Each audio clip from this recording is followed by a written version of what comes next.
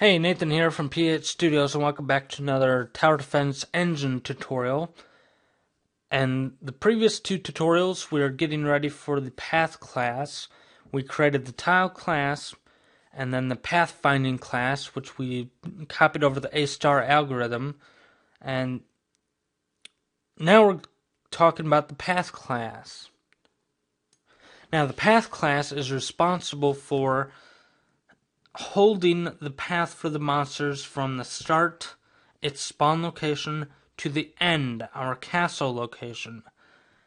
It will also handle the shortest path between those 2 points.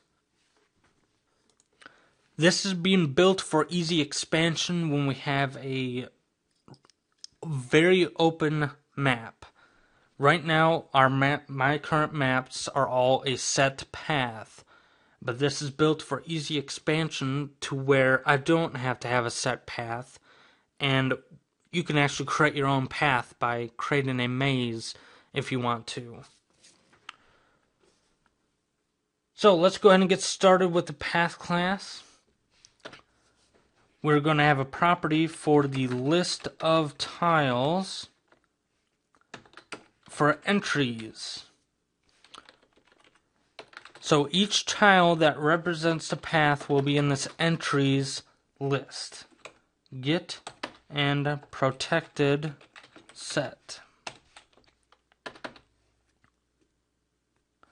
In case we want to create a derivative, we want to be able to set this by using protected set. Okay, so public point, and then we need to add using Microsoft.xna.framework at the top. So public point length, the length of the path.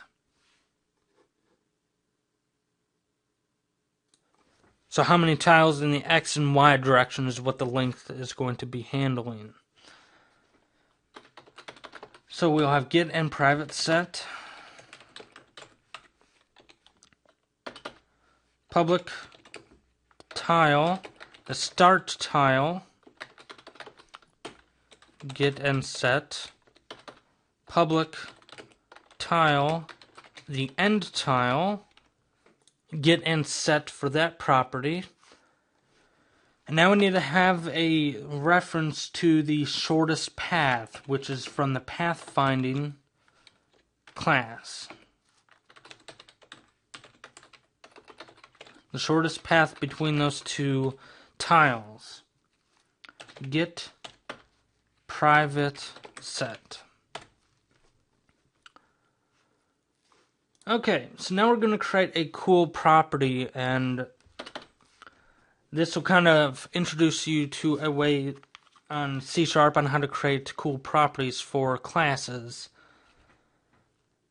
Let's say we have a path class, and this is going to complain, but I'm just demonstrating this. Let's say if we have a path class, P is equal to new path, and so on. If we say P bracket, and then let's say we want to say 3, 2. We want to get the 3, 2 tile, the third column and second row, that tile inside that third column and second row, we want to get that tile. So in order to do that, we need to create a property, and that will allow us to return whatever we want it to return. So that property, we want it to return a tile. And the way we do that is we say this. That refers to this object. Open bracket, integer x, comma, integer y. Closing bracket. Opening, closing curly brackets there. And then we say get, opening curly brackets, return entries, open bracket, y times the length dot x, the number of tiles in the x direction, plus x, closing bracket, semicolon, and closing curly bracket.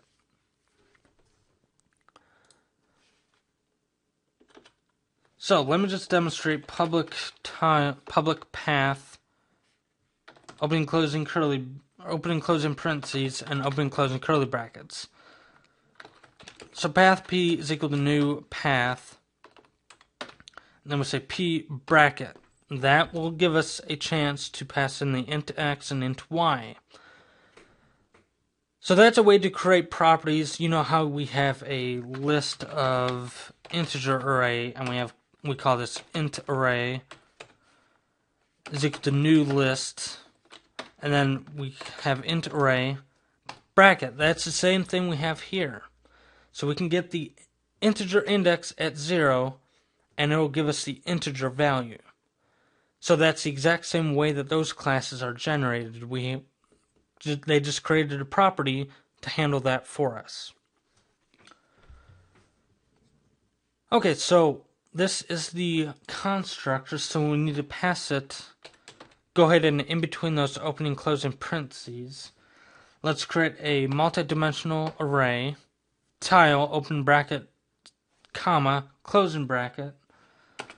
Tiles, then the tile start, then the tile end. Entries is equal to new list of tile. Tiles dot get length, opening parentheses 0, closing parentheses, times tiles dot get length, opening parentheses 1, closing parentheses, and semicolon. So what this does is it will automatically generate, we have a list here, and it will automatically set its capacity to the x times y length of our multidimensional array. So length is equal to new point. We need to do the same thing. Tiles dot get length, opening parentheses 0, closing parentheses, comma, tiles dot get length, opening parentheses 1, closing parentheses, and semicolon. So that refers to the number of tiles in the x and number of tiles in the y. Remember, it's a multidimensional array.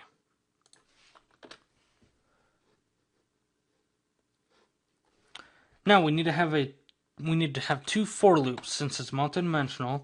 So for int y is equal to 0. Y is less than length.y. Semicolon, y plus plus. Closing parentheses, opening and closing curly brackets. For int x is equal to 0. X is less than length.x. Semicolon, x plus plus. Closing parentheses, opening and closing curly brackets. So now we need to add that to the entries list. So entries.add tiles, opening bracket, x comma y. Closing bracket, closing parentheses, and semicolon. So we add that tiles to the entries list.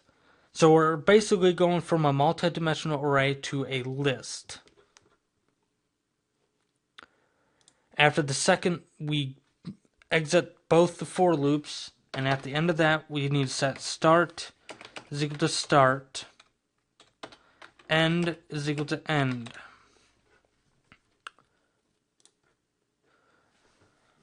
Okay, now we need to have a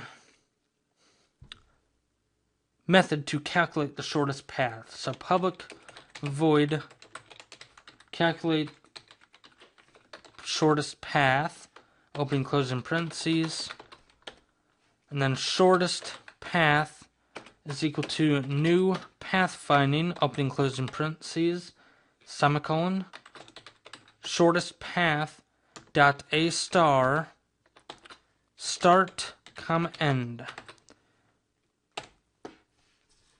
And that's capital S in start and capital E in end. Alright. So now we need to have an update method, and this will be for a future game update. So public bool update, and we pass it the game time, and we need to pass it the monster M.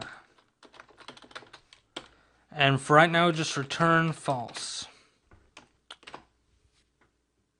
Alright, go ahead and save that class, and that is it for the path class. So I hope you enjoyed these 3 tutorials. Again, for the A-star tutorial, if you want to learn more about it, there is a 50-minute tutorial on that I created a few months ago. Be sure to watch that.